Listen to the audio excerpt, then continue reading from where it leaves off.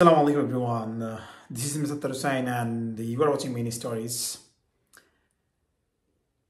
Azerbaijan, South Korea and finally Canada. Three biggest air crash within 1 week. Do you think this is normal? I don't think so. This is not normal. This is very abnormal. এক সপ্তাহের মধ্যে তিনটা air crash মানে পৃথিবীর ইতিহাসে আগে কখনো হয় না বললেই চলে। মানে ব্যাক টু ব্যাক মানে মানে ওই 1 উইক বলতে বিগত 3 দিনের মধ্যে তিনটা অ্যাক্সিডেন্ট। প্রথমে শুরু হয়েছে আজারবাইজান, দ্বিতীয়ত সাউথ কোরিয়া অ্যান্ড আজকে ফাইনালি কানাডাতে। তো তিনটা অ্যাক্সিডেন্ট। তো আজকে আমার এই ভিডিওর মূল মোটিভ সেটা জানার আগে আমরা দেখি চলেন যে এয়ার ক্র্যাশগুলো যে হয়েছে মানে চোখের পলকে মানুষ প্লেনে উঠছে একদম সুস্থ সবল সুস্থ মস্তিষ্ক নিয়ে, যখন মানে প্লেনটা ক্র্যাশ করতে যাবে উইথিন 30 সেকেন্ডস অর 1 মিনিট, তো তাদের যে মানে সিচুয়েশনটা ওটা আপনি ফিল করতে পারবেন এই সিনগুলো দেখলে। তো চলুন দেখি। এই সিন হইতেছে আজারবাইজানের।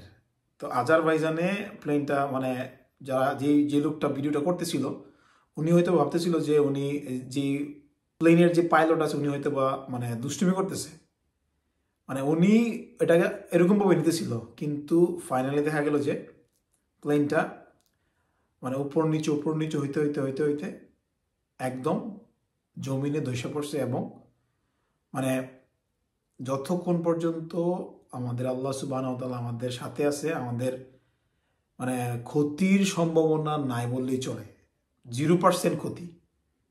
তো যাদের সাথে আল্লাহ সুবহানাহু ওয়া তাআলা ছিল তারা কিন্তু এই প্লেন ক্র্যাশের মধ্যে মানে বাইচা গেছে। এই যে লোকটাকে দেখতে পাইতেছেন উনি এই প্লেনের মধ্যে ছিল এবং মানে আল্লাহর যে মিরাক্কেল, আল্লাহর যে রহমত সেটা মানে মানুষের মানে সচক্ষে দেখার যে একটা সৌভাগ্য সেটা এই লোকটা দেখতে পাইছে। যখন উনি মানে ওনার পাশে যারা বসা ছিল একই প্লেন ক্র্যাশ করছে, ওরা মারা গেছে, উনি আল্লাহর অশেষ রহমতে উনি বাইচে আছে, সুবহানাল্লাহ।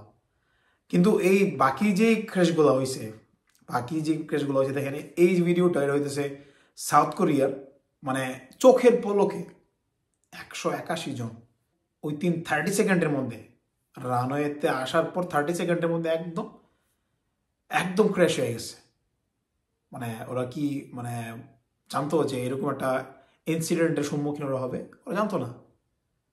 তো আমরা আমাদের নিজেদের অবস্থান থেকে নিজেদেরকে মানে অনেক বেশি প্রায়োরিটাইজ করি এবং আমরা মনে করি যে ও আমি তো অনেক কিছু হয়ে গেছি, আমি অনেক বড়। This is not right man. calm down and see this thing. See what is happening in front of your eyes. Within 1 week, 3 biggest air crash. It's alarming for us. It's an alarming for all of us. Those who are running something in vain. এই ভিডিওটা হইতেছে আজকে কানাডাতে। মানে রানওয়েতে প্লেনটা যখন move করতেছিল ওটাতে মানে আগুন ধরে যায়। তো যারা ওটার ভিতরে ছিল, যারা যাত্রী ছিল, ওরা তো একদম দেখতে পাইতেছেন যারা কি একটা সিচুয়েশনের মধ্যে কি একটা সিচুয়েশন ফিল করতেছে। সো গাইজ, আমার আজকের এই ভিডিওর মূল ফান্ডামেন্টাল হইতেছে যে আমরা যত চেষ্টাই করি না কেন, আমরা যত হাই ক্লাস এয়ারবাস সিলেক্ট করি না কেন, যদি আমাদের